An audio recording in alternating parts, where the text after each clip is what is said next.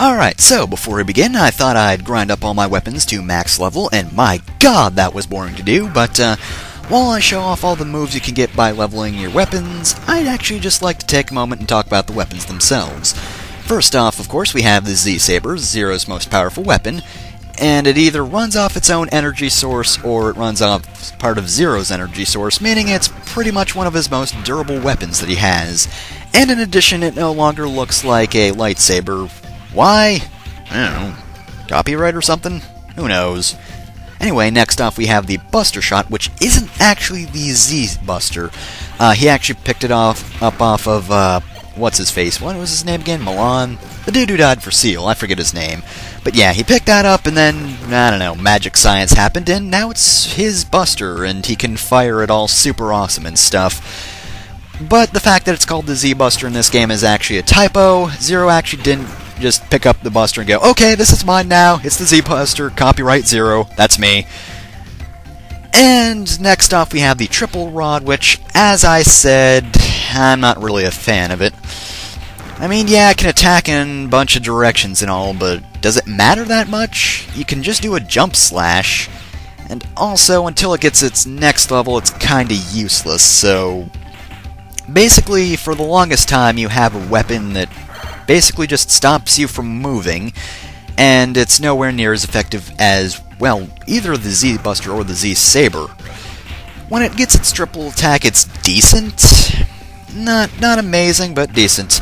You can't pogo off enemies, which is kind of fun, but not really worth it if you ask me. Also, just a quick note about pretty much any weapon that's not the Z-Buster, or just normal Buster, or Z-Saber. Actually, it's basically just a modified version of, well, the aforementioned weapons. Basically, this is part of the Z-Saber, and it's just modified by Caribou to, well, do this sort of thing. Also, this charge attack, well, I don't think it's all that necessary or effective. It's still really fun to do, so that's good. And of course, same thing you always get for the last levels. Kind of underwhelming, but very helpful. Anyway, yeah, I have got a ton of crystals at this point, so I might as well show off growing it, or evolving an elf, feeding it, growing it, whatever. Whatever you want to call it. Let's see, we'll just hop on the old trans server. Alright, let's feed you, because honestly, you look like a dork. Lose the glasses, dork. So yeah. This, as the most powerful hacker elf, needs 2 feedings, and holy crap, despite that huge grinding session, I'm still kinda starved for energy crystals now. But at the very least, this guy is now fully grown, which is good because, while I'm not going to use it, I just want to put it in my little thing. I don't want the clock, dude. I'm going to bring it with me, because you know what? Screw it. It looks awesome, so there. That's my reason for taking it. I'll tell you, Seal, I'd rather be playing Fire Emblem right now, but no, I gotta do videos for those stupid viewers. Whoa, hi! I didn't see you there. Alright, so, next mission. This one's actually pretty short if I remember correctly, and sort of not gimmicky depending on how you do it, but I'd like to say it's not a difficult mission, and it really isn't, but there's one section that sticks out in my mind that I'm really, really, really bad at. I cannot stress that enough. I am bad at it. Alright, let's get this thing started. Nothing gimmicky at the start, although we do have some new enemies here.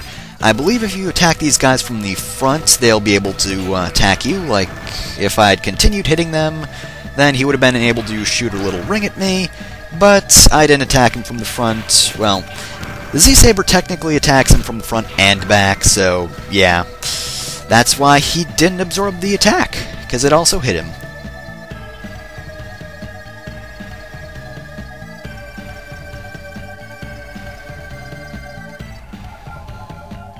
Alright, so this is pretty much the gimmick of the area, and also Seal pretty much just repeats herself here. That's a bit redundant, Seal.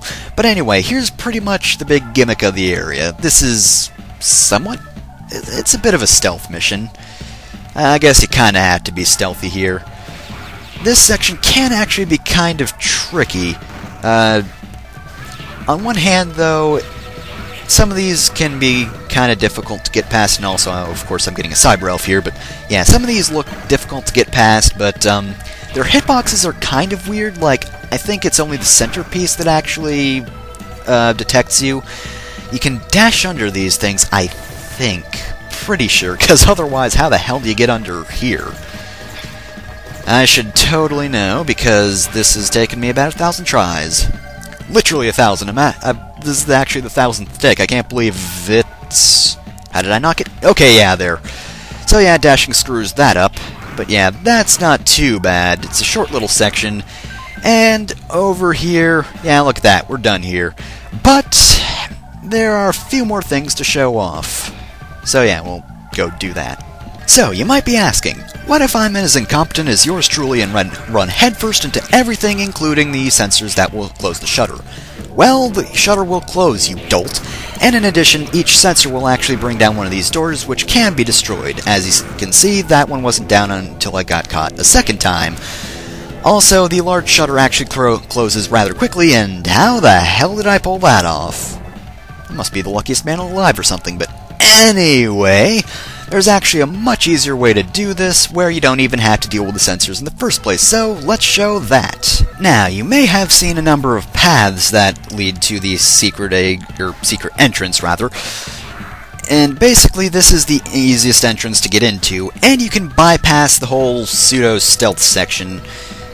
Up here, we have an entrance leading to a little vent that's pretty much unguarded, except for those explodey orb things, which really aren't a problem to deal with. You'd think they'd guard this entrance. I guess they didn't know they had an air vent or something? But nonetheless, you are highly rewarded for coming through here, and I guess the only downside to this is you might not know to kill a bunch of spiders or kill a bunch of those weird shooty things that flip between the ceiling and the floor. But, that's pretty much the only downside to it. No sensors to deal with, and I get easy access and a whole bunch of items. Now, believe it or not, we're actually, if not halfway through the stage, a third of the way through the stage. This is very short, but, as I said, I'm kind of terrible at this section. And this section right here, I'm kind of paranoid about this. Blame child me for this. Basically, if it wasn't obvious, we're sort of hanging over a huge pit, with these moving platforms being the only way to survive, not falling and exploding for some reason? I don't know, I guess Zero's just really afraid of heights, and he sort of dies of a heart attack explosion if he falls. That doesn't really make much sense either, but whatever. But yeah, if it wasn't obvious, I'm kind of nervous about moving on the platforms for some reason, and again, I'm pretty sure it's just because I was paranoid about falling when I was a kid. Almost fell there, actually. It's really not that bad of a section, especially if you actually bother dodging. You know, if you're not an idiot, but, whatever. That's just me.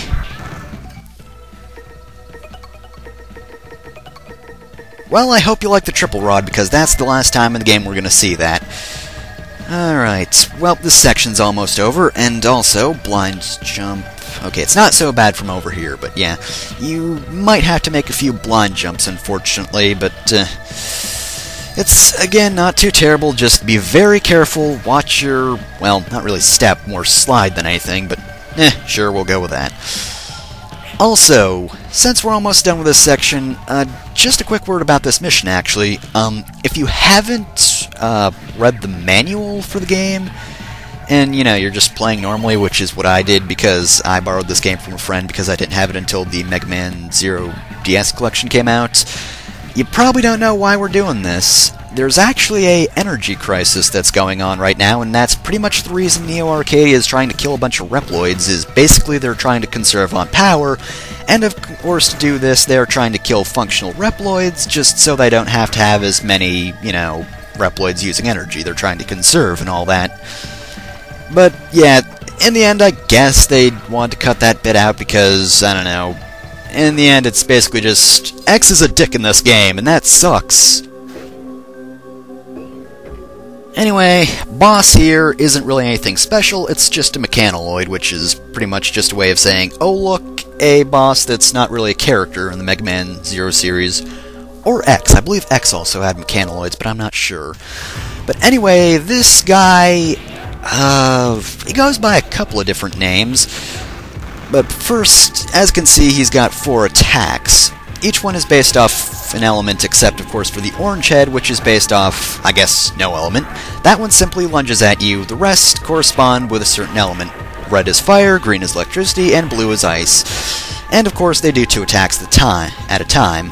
Whenever a section that's missing gets to the top, it will be replaced, so you can't just kill all the heads and expect to have an easy time. And I got frozen, which apparently doesn't do any damage? That's kind of worthless, it seems. But anyway, yeah. As I said, this guy goes by a few different names. I've seen him called, like, I don't know, Octo Dragon Head or Mecha Dragon Head or something. I don't really care for that name because it's basically just saying, okay, we're just going to cram all the things it is together into one name. Okay, so there are 8 heads, it's a robot, and the heads are based off dragons, so Octo Dragon Head. But, I think its official name is Guard Oratic, which, of course, is based off the 8-headed serpent from Japanese myth, Orochi. I like that name better because, you know, it's a bit more clever and, you know, 8 heads, and it's not called Mecha Dragon Head or Octo Dragon Head, whatever. I don't know what it is.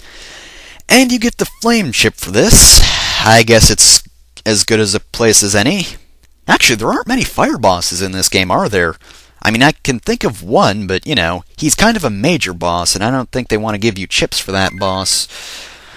So we get it from here because it had a fire attack, and wow, I only lost 3 points for damage? Even though I just stood there and took damage from those sparky things? Wow, you can tank a lot of shots, I guess. Well, whatever. Anyway, luckily at this point we have power now, which is good because, you know, if Neo Arcadia is having a problem with energy, what hope did we have?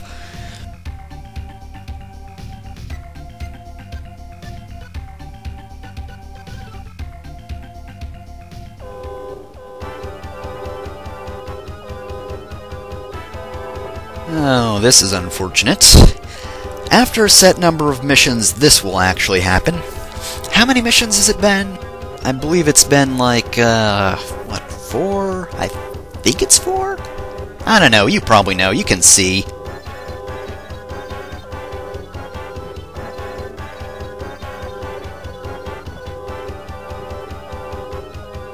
So, next time we'll take on the giant mechaniloid, and hopefully we all won't die horribly, because that would be terrible.